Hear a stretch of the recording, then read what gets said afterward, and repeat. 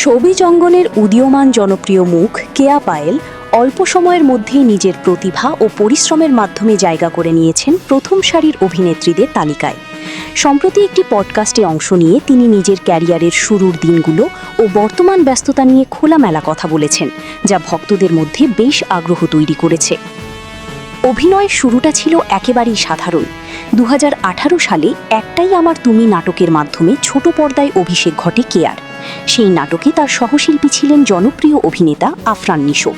ক্যারিয়ারের প্রথম কাজের অভিজ্ঞতা স্মরণ করতে গিয়ে তিনি জানান, সেই নাটকের জন্য তার পারিশ্রমিক ছিল মাত্র 10,000 টাকা। তবে সেই ছোট শুরুই আজকের বড় অবস্থানের ভিত্তি করে দিয়েছে বলে মনে করেন এই অভিনেত্রী। কেয়া পায়েলের মতে, একজন শিল্পীর জন্য অর্থ নয়, কাজের প্রতি ভালোবাসা ও নিষ্ঠাই সবচেয়ে গুরুত্বপূর্ণ। তিনি বিশ্বাস করেন, যদি কেউ নিজের কাজ ভালোভাবে করে এবং মনোযোগ দেয়, তাহলে সফলতা ও অর্থ স্বাভাবিকভাবেই তার পেছনে আসবে। অর্থের পেছনে অন্ধভাবে ছুটলে শিল্পী হিসেবে নিজেকে হারিয়ে ফেলার ঝুঁকি থাকে বলেও মন্তব্য করেন তিনি।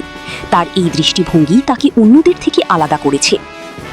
বর্তমানে কাজের ব্যস্ততা অনেক বেশি হলেও ব্যক্তিগত জীবনের ভারসাম্য বজায় রাখার চেষ্টা করছেন কিয়া। পরিবারকে সময় দেওয়া, নিজের মানসিক প্রশান্তি খোঁজা, এসব বিষয়েও তিনি এখন গুরুত্ব দিচ্ছেন। পাশাপাশি একটি ছোট ব্যক্তিগত ব্যবসার দিকেও মনোযোগী হচ্ছেন তিনি। সবশেষে কেয়া পায়েল মনে করেন, অভিনয়ই তার আসল পরিচয় এবং এই পরিচয়কে আরও সমৃদ্ধ করাই তার প্রধান লক্ষ্য। নিষ্ঠা, পরিশ্রম এবং আত্মবিশ্বাসের মাধ্যমে তিনি সামনে আরও বড় সাফল্যের দিকে এগিয়ে যেতে চান।